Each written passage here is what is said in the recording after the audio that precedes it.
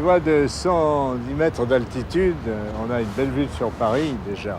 300 feet above the city of Paris, with Jean-Michel, we remember the adventures we lived since my son's first dive, when he was only 6. Avec Calypso, avec Alcyone, avec... And in 45 years of undersea discoveries all around the world, we have produced more than 100 films. I explained to Jean-Michel why I took him here with me. Descending from the Eiffel Tower's first platform, one realizes how deep from the surface our Conshelf 3 saturation dive experiment was. 330 feet deep. To be able to work at great depth for extended periods of time, saturation divers stay several days or several weeks on the bottom of the sea. Since Conshelf 3, we have reached 1,550 feet in 1972, and recently industrial saturation divers have reached 2,300 feet, more than twice the height of the Eiffel Tower.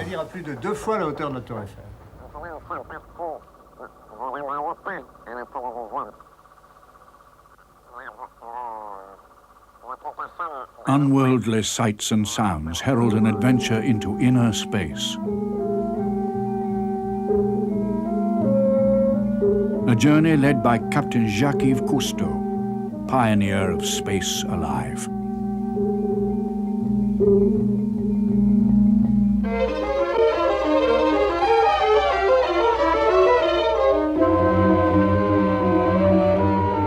We're going down to unfathomed lands of the future, to forbidden, hostile territory, where men risk their wildest dreams.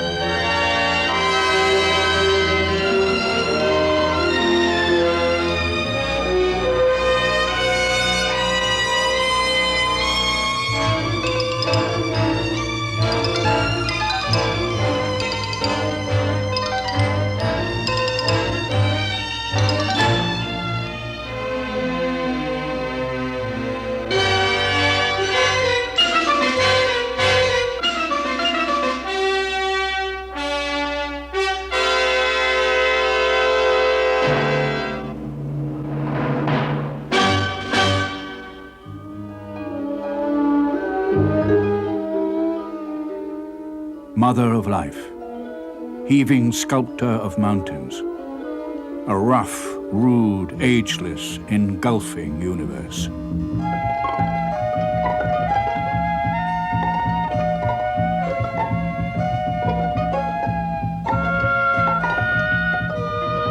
Man comes to the sea in many ways, to play, to plunder, to worship, to learn.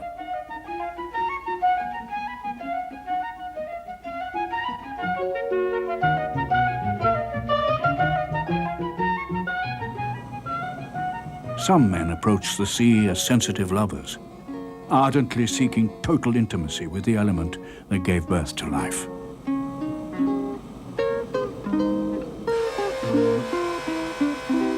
All my life, I have been driven by an insatiable curiosity, and discoveries always fill me with aesthetic or spiritual joy.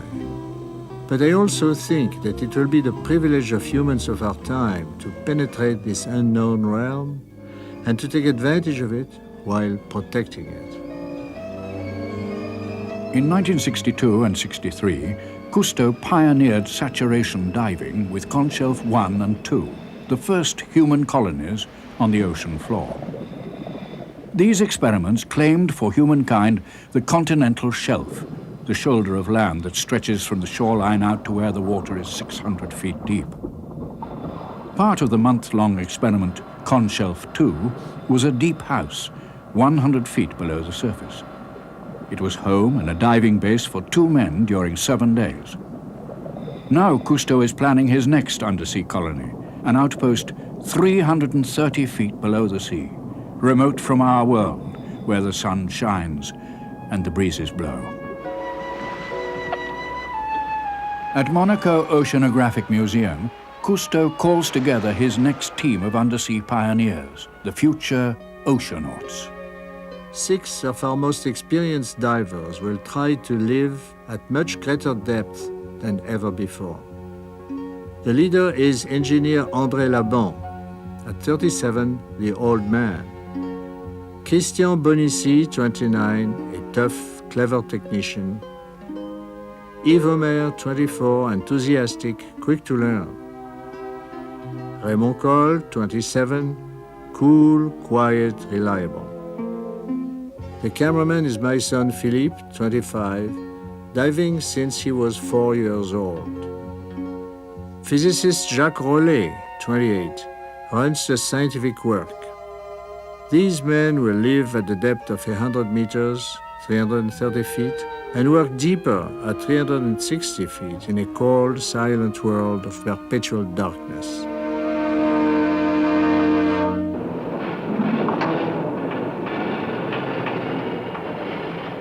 The steel planet that will house the 6 oceanauts nears completion in the spring of 1965. The project, called Conshelf 3, is partly sponsored by the National Geographic Society.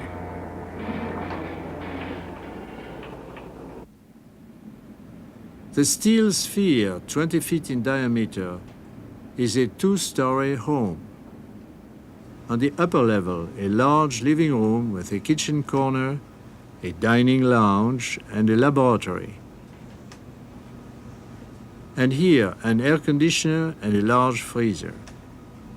Spiral stairs lead to the diving ready room, which is actually the entrance hall of the house. The front door opens through the floor straight into the sea. There's quite a plant around here. Pumps, purifier, diving compressors, and also hot showers and men's rooms. TV cameras keep a close watch on the oceanauts everywhere, except in their sleeping quarters where they may enjoy privacy. The sphere's christening, by Simone Cousteau, reflects the traditions of antiquity, when men begged their gods for protection from the sea.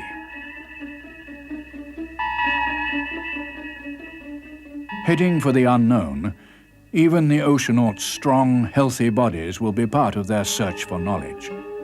Elaborate examinations give their doctors complete records on each man. Only in this way can science learn what changes their new environment might inflict upon their vital organs.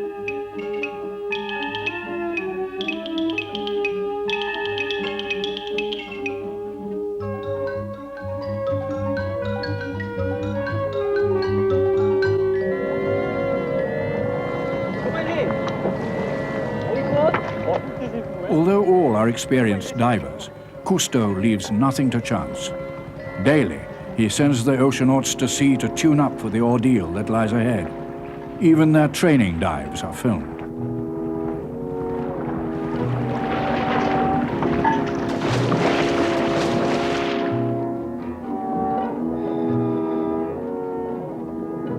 They practice buddy breathing until the technique of sharing the breath of life with a comrade in distress becomes second nature.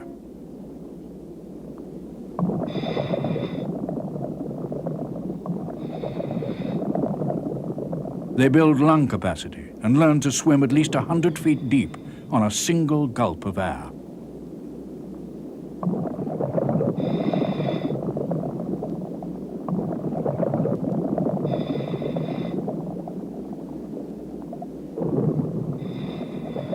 Two steel pressure chambers will serve as life rafts and provide the only means of escape from Conshelf 3.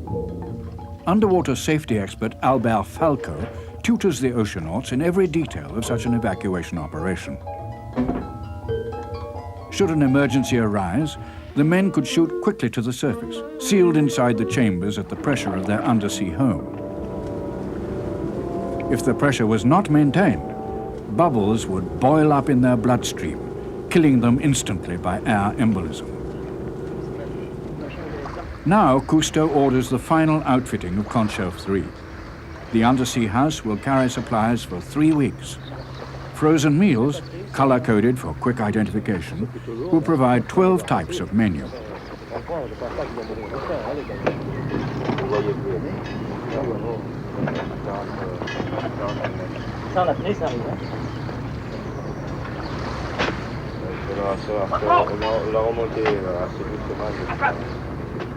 "1,400 sacks of ballast, each weighing 50 pounds, are emptied into the base of the sphere. The 35 tons of steel pellets will hold the house to the ocean floor. They'll be dumped when it's time to come up."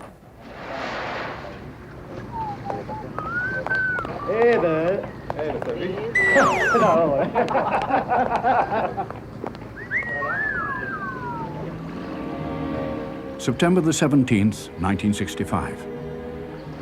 After 2 years of dreaming, planning and building, Conshelf 3 is ready. The top hatch has been sealed, the air inside replaced by a lighter mixture of helium and oxygen. The bottom hatch open to the sea. Before they enter, the oceanauts flush their lungs with oxygen. This helps eliminate all traces of heavy nitrogen, a potential troublemaker.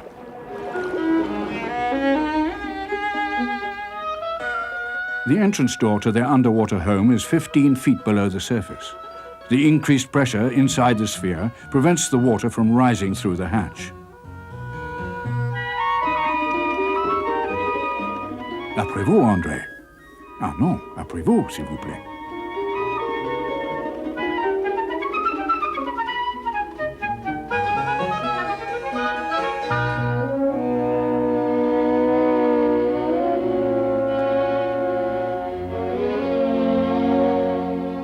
I cannot resist paying the oceanauts a last visit.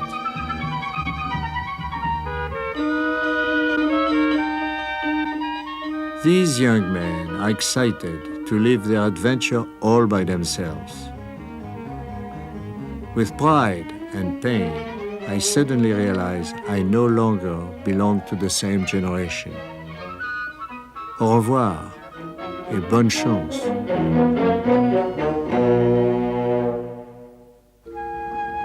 The door is closed. Conshelf 3 begins its vertical voyage while still moored to a dock in Monaco. Pressure inside the steel ball builds up to equal that of the water more than 300 feet below.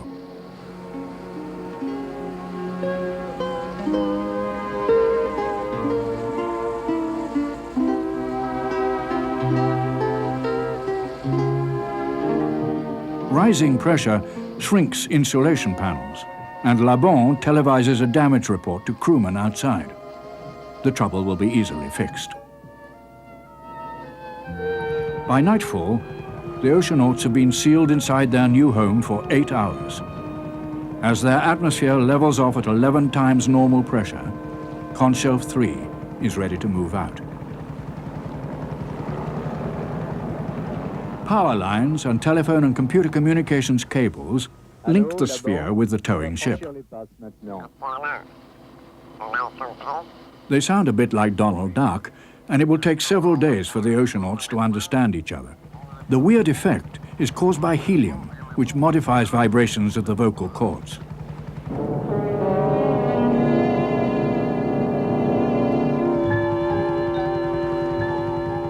At dawn, the convoy reaches its goal, Cap Ferrat, which juts out into the Mediterranean 7 miles west of Monaco. During the tow, a reporter asks Jacques Cousteau if she's worried about her son Philippe, locked inside the steel ball. Simone answers, "I have 6 sons in there, monsieur, and I'm thinking about all of them." Attention, vous allez embarquer dans le Zodiac. Préparez-vous à prendre les amarres.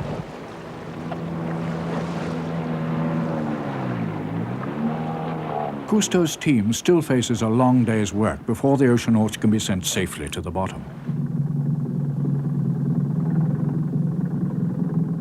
This huge neoprene bag holds 9 tons of fresh water for the undersea station. It humps around like a whale, seemingly enraged by the diver's efforts to subdue it with weighted line. When he's needed, Falco, the safety expert, does not wait to strap on the aqualung. With his help, the men finally win out, and the unwieldy giant is lashed to the deck of Conshelf 3.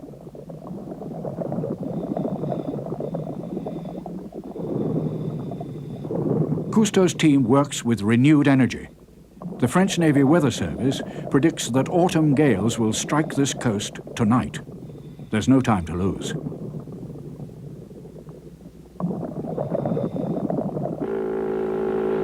A line of yellow buoys stretches 500 yards from the shore at Cap Ferrat to the site chosen for the Conshelf experiment.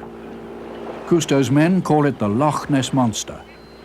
It supports the oceanaut's umbilicus, a complex of power and communications cables that will provide their only life-giving link with the world above.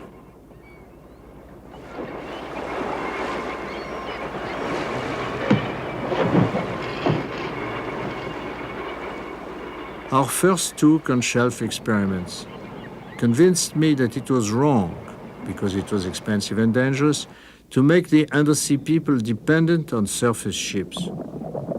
Since we do not yet know how to sever the umbilical cord completely, we found it safer to connect it firmly to land.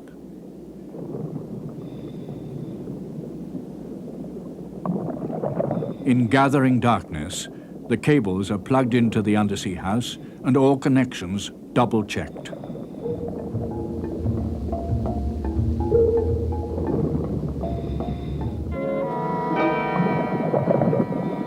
The legs of the house are adjusted to keep it level on the uneven landing site.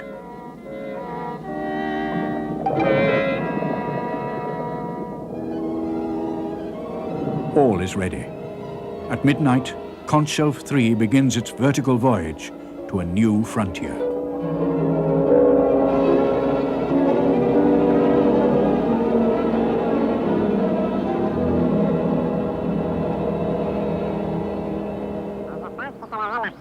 Although they cannot see the difference between day and night, the oceanauts will follow a normal schedule.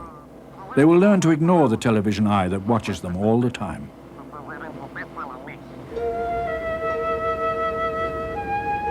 In the lighthouse at Cap Ferrat, dedicated men will be on duty around the clock observing their isolated comrades below.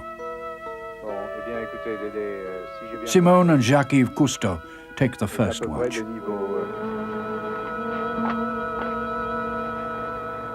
Water temperature outside is 55 degrees Fahrenheit.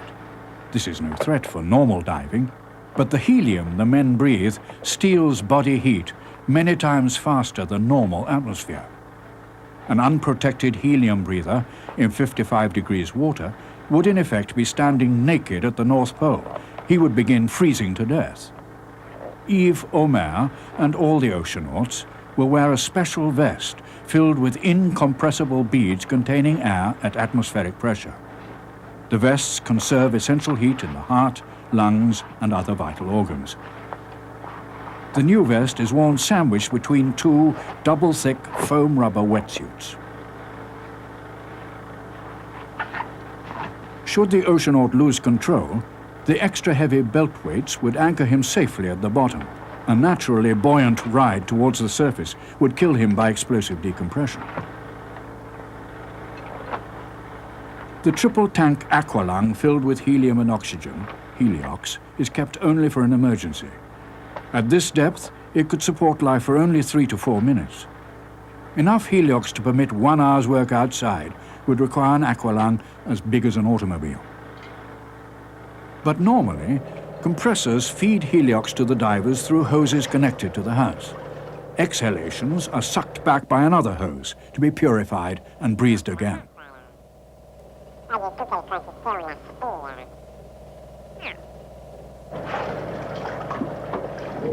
Itching with youthful impatience, the oceanauts at last come to grips with their adventure, the greatest challenge divers have ever faced. Philippe Cousteau will write in his diary, "As soon as I have cleared the sphere, I am struck by the absence of the surface. A total absence, felt like a chill. Darkness covers us like a shroud. My searchlight beam disappears in all directions, except on a flat and gray bottom.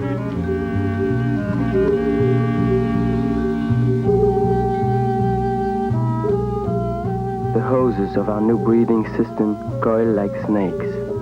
We will get used to them, but now they catch on every rock or entangle themselves one with another. Beyond all this, the absence of bubbles. In my 20 years of diving, the bubbles were lively companions. They meant life, joy, noisy poetry. Now poetry is everywhere, but silent, harsh, and for the moment, difficult.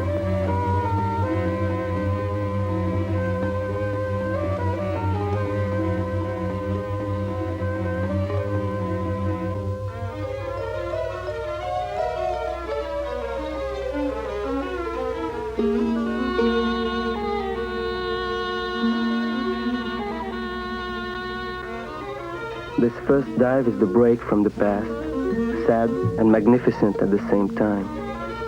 One must learn anew how to dive. Here pipes have become the essence of the bubbles. The bottom is our surface, the night our day. I must find ways to fight the cold and forget my fright.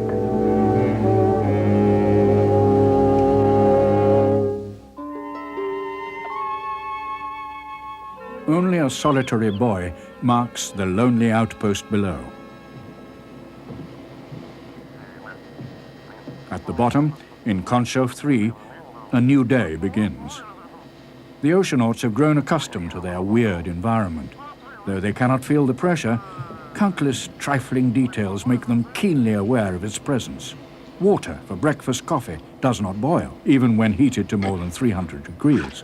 The heat-diffusing properties of helium make smoking impossible. Tobacco won't stay lit. The crewmen live under conditions never before experienced by any man.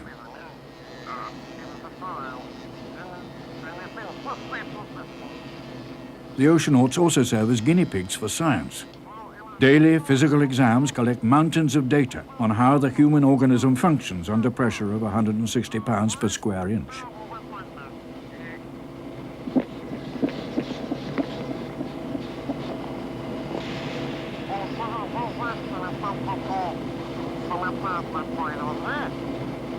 Samples from various parts of the body are sent to the surface and analyzed for bacterial growth.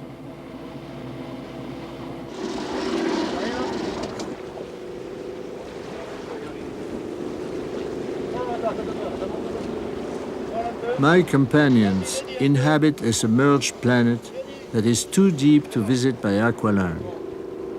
To commute down there, we need protection against pressure. As often as I can, I go down with Falco in our two-man submarine, the Diving Saucer.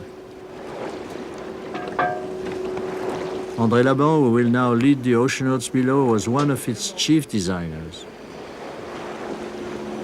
The Saucer has already made over 400 dives in the past 8 years, most of them to 1,000 feet.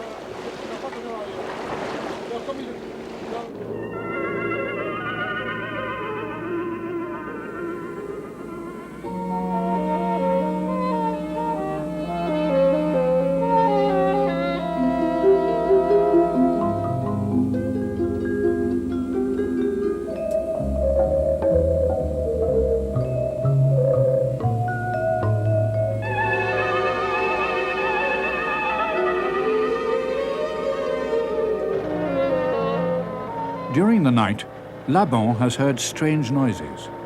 Conshelf 3 is perched on the edge of a precipice. Worried that it might slip, he looks for the source of the mysterious sounds.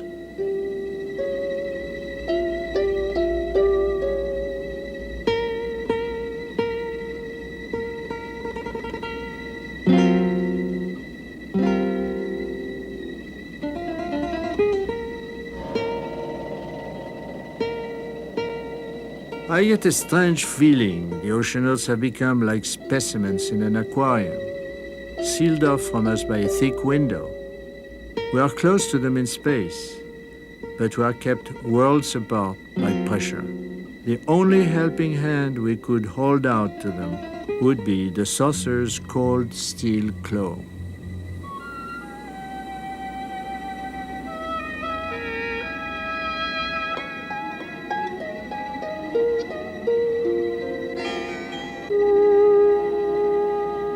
The inspection convinces Labon that the sphere is not slipping. The annoying sounds will be recorded in the log as another unsolved mystery of the sea.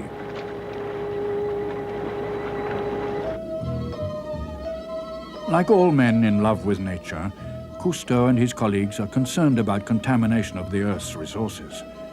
Bottom samples are collected by the oceanauts and sent to the surface to be analyzed for radioactivity. Cousteau fears that atomic testing and uncontrolled dumping of nuclear wastes may someday poison the sea forever.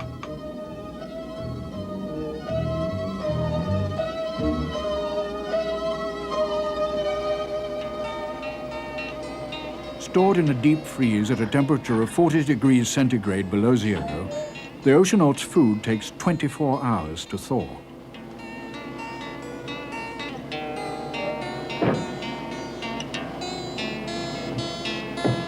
Raymond Cole puts tomorrow's lunch into the refrigerator and selects the proper package for today's meal. Cooking is out of the question. In 11 times normal pressure, the ordinary odors of broiling or frying would be toxic. The pre-cooked meals, prepared by Air France, are simply heated by microwave.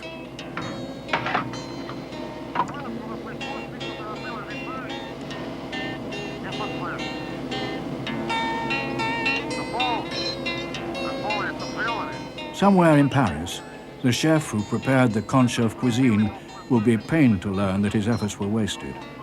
Although the oceanauts eat heartily, they cannot enjoy their food because the mischievous helium has dulled their tastes and smells. They douse much of their food in ketchup. But Cole finds that caviar is caviar, helium or not.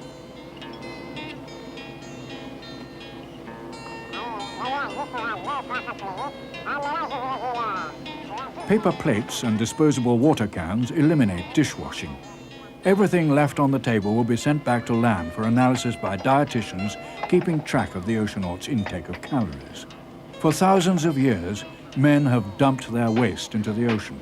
Now, as men living in the ocean send their garbage to the surface, the sea at last gets revenge.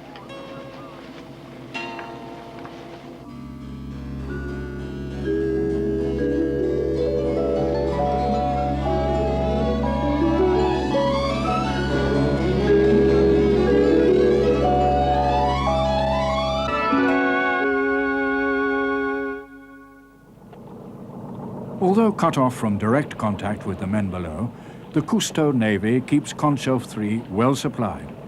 Every day, pressure cookers called cocottes are used as containers and sent down with mail, newspapers, film, tape, machine parts, bread, fresh fruits and vegetables. Fermé. Bon, le sac a basculé.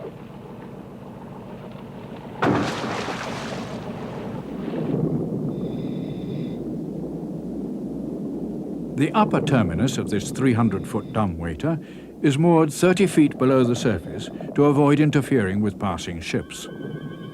The personalized plastic bottles will be sent back in 24 hours with specimens for urine analysis.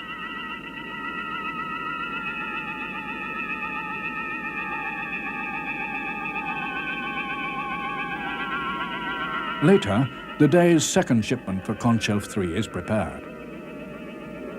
To send the dumbwaiter down from the surface, water is allowed into the cylinders. To send it back, oceanauts blow out the water with compressed air and the cylinder rises. A 7-ton anchor holds the guideline to the ocean floor.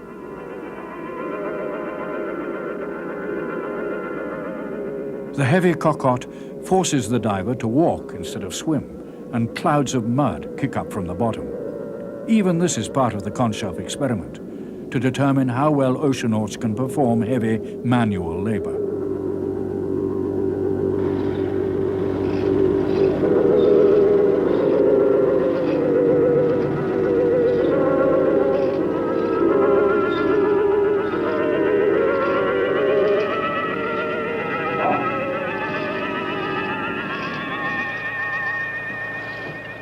To open the cocotte, inside pressure must first be raised to equal the 11 atmospheres of the house.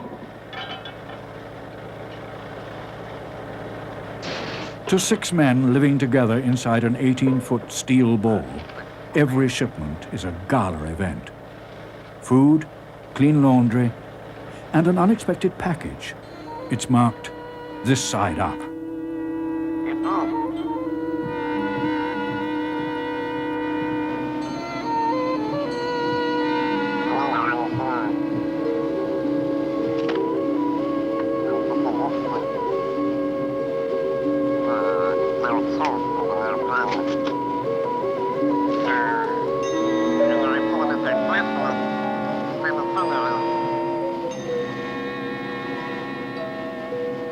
The prickly gift was sent by a girlfriend who thought they should have some greenery to brighten their home.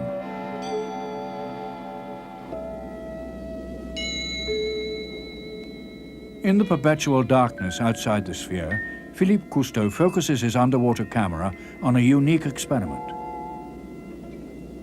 On a device that looks like a pinball machine, physicist Jacques Cousteau triggers a stream of tiny plastic beads.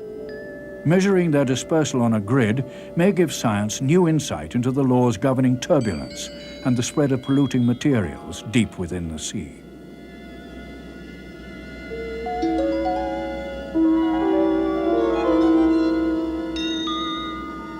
Although the sea teems with animal and vegetable life, no plants can grow where the sun does not penetrate. What looks like vegetation lower down are really colonies of tiny animals.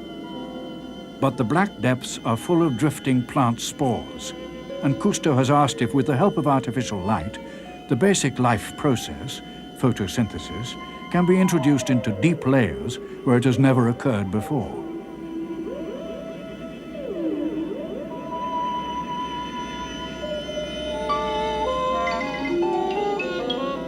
Dr. Rollet has set a powerful lamp over a plastic submarine greenhouse. Samples from the lighted box, when analyzed in laboratories on shore, contained vastly more live organic matter than water from an unlighted area nearby. The implications of this work are clear. If optical fiber can transmit solar light 1,000 feet underwater, undersea farming could become a reality, and at greater depths than man has ever thought possible. By increasing vegetable plankton, the basic ingredient of the marine food chain, we could increase the local primary production of the sea and consequently provide an additional supply of seafood for all mankind. On October the 1st, Captain Cousteau calls a press conference and invites reporters to listen to an historic conversation.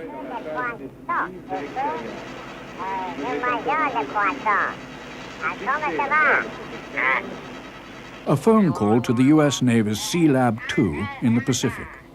Astronaut Scott Carpenter, leader of the American team, returned from the bottom, joins the conversation from the surface. Congratulations on your very fine project. Very fine project.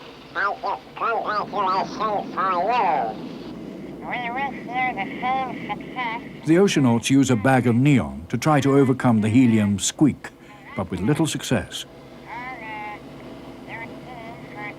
An American diver 200 feet down in Sea Lab speaks in French.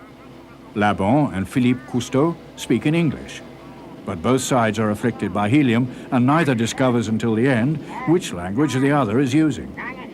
Thus passes the first conference of the United Oceans. The oceanauts' most critical job is controlling their own atmosphere. Their respiratory cocktail contains only 2% oxygen, but in 10-fold pressure, that is equal to the amount in normal atmospheric air. Several times a day, Rollet measures the composition of the air they breathe. The slightest mistake could be fatal.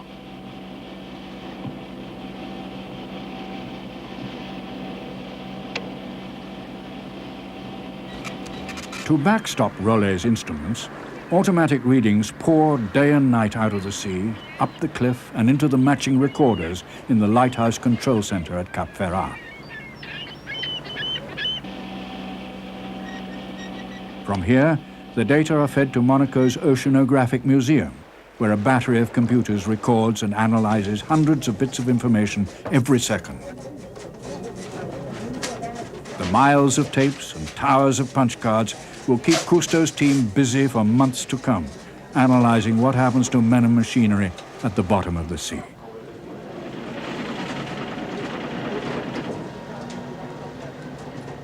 But no amount of computer data can reassure a bride whose husband is away from home for the first time. Madame Rollet prefers the video phone. Allô Jacques, c'est Françoise. Comment vas-tu? Ah, comment vas-tu? Alors, je suis de toi encore de Lily à deux. Intelligence tests check whether pressure and the exotic breathing mixture have affected mental capacity. 330 feet down, the oceanauts score higher IQs than they did before their ordeal began. No one yet knows why. One psychologist, though, attributes the seeming improvement to motivation and total concentration.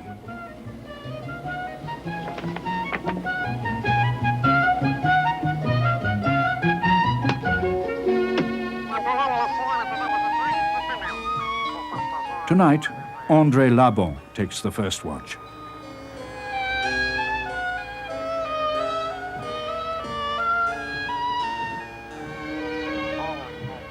The diving hatch, open at all times, has become a discotheque for small fry of the sea. Plankton, silverfish, shrimps, and tiny squids celebrate the coming of light to their dark home.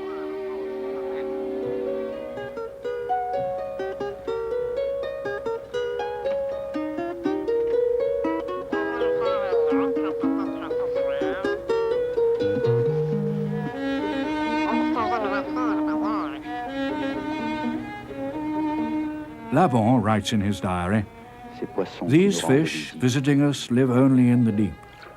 I've never seen them before. They're delicious. Everything that comes from the sea is good, much better than all the tasteless frozen stuff we usually eat. Too bad it's so complicated to leave the house and get into the water. I would like to dive right now, only for pleasure. How exciting it would be to spend hours in the water, to see the bottom of the living ocean."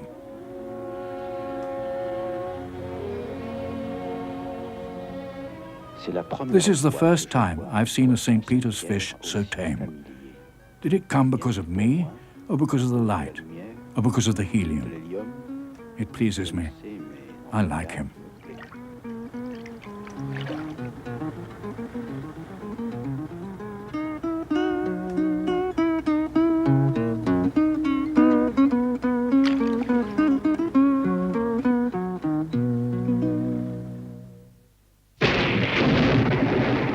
Bad weather, the worst the Riviera has seen in years, has until now prevented Cousteau from lowering equipment for the oceanauts' main job. In the perpetual calm of the ocean floor, the men take advantage of the delay and brush up on their assignments. Millions of barrels of oil come from the sea floor, from essentially the same kind of wellhead as on land. The trouble is that if you strike oil deeper than 250 feet, you often cap it off, because freedivers can't operate a well economically at such depths. They can spend only minutes, and the work takes hours.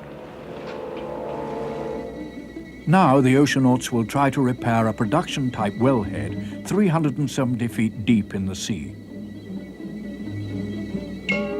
A simple buoy replaces the big cranes and rigging needed to service land-based wells. It serves as a platform from which to lower heavy tools into the wellhead. 3 of the divers have spent months learning how to maintain and repair what oilmen call a Christmas tree.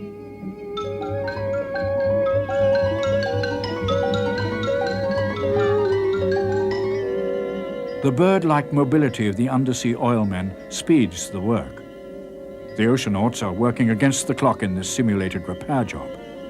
Through closed-circuit television, their every move is being timed by engineers from the French Petroleum Research Institute.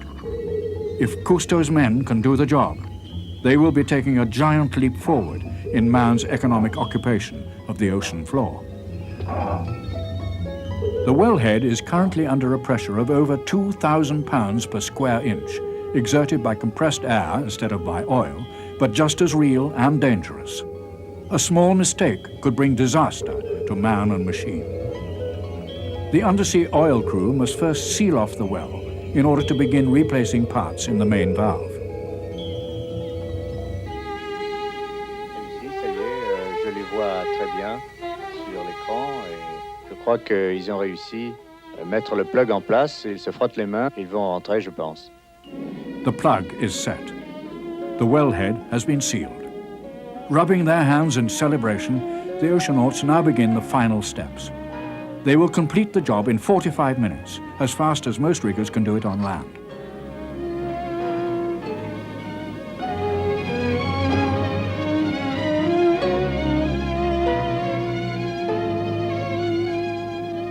They've been in the water nearly 5 hours this day. Their bodies ache with cold. Bubbles escape from numbed lips that can no longer grip the mouthpiece.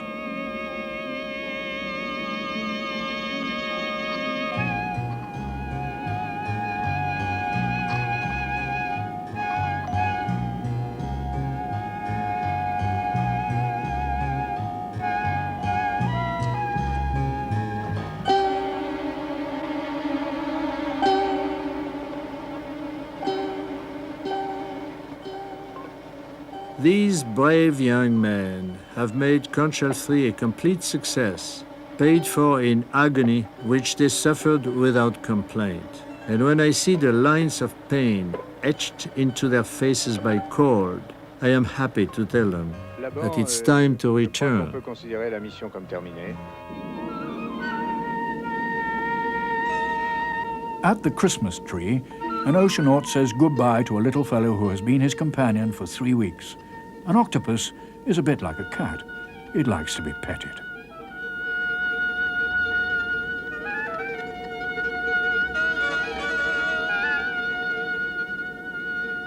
As they gather their equipment and tidy up the now familiar lab, the oceanauts have not seen the sun for 27 days.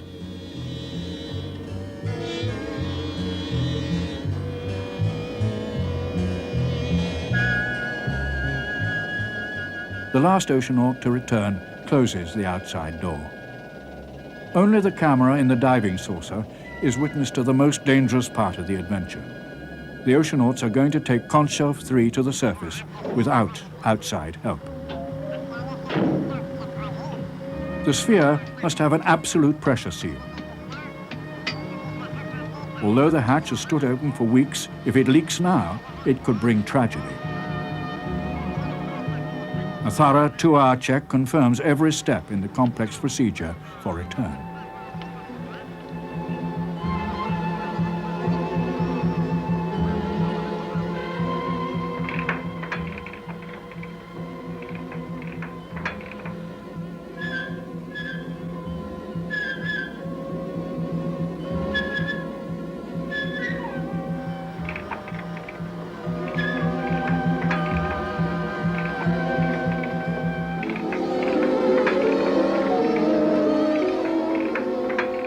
Lavant confers with Cousteau on the next step.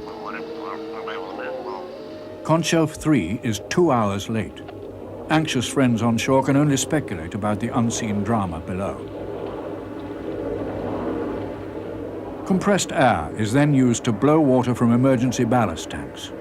Once, twice, 3 times. A small tremor and a quivering needle on the pressure gauge tells the oceanauts that they're on their way home at last.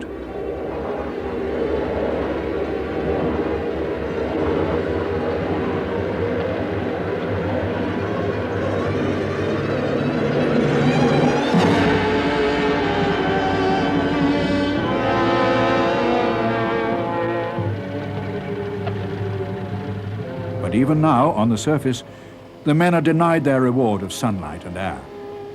They must prolong their ordeal for 3.5 more days for safe decompression.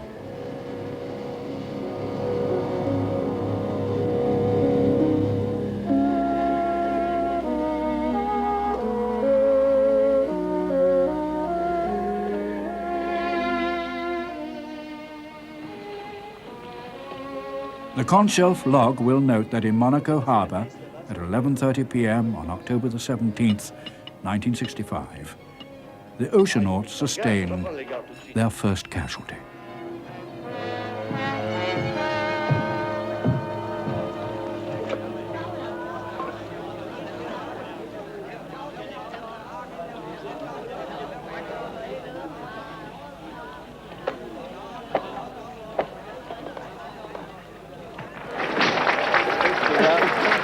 Bonjour, Bruno. Bonjour, allez.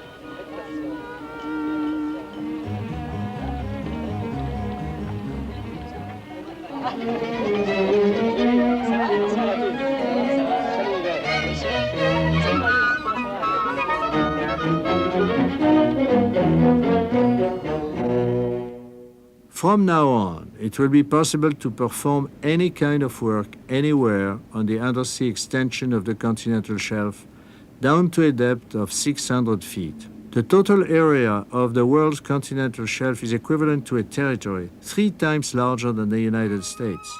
We owe this discovery to the pioneers of the Conshelf 1, 2, and 3 experiments, the men we dubbed oceanauts. They brought saturation diving into the industrial era, increasing the yield and safety of offshore oil drilling. But the sea has many other treasures to offer. We are just beginning to learn her science, art, and philosophy, and how to live in her embrace.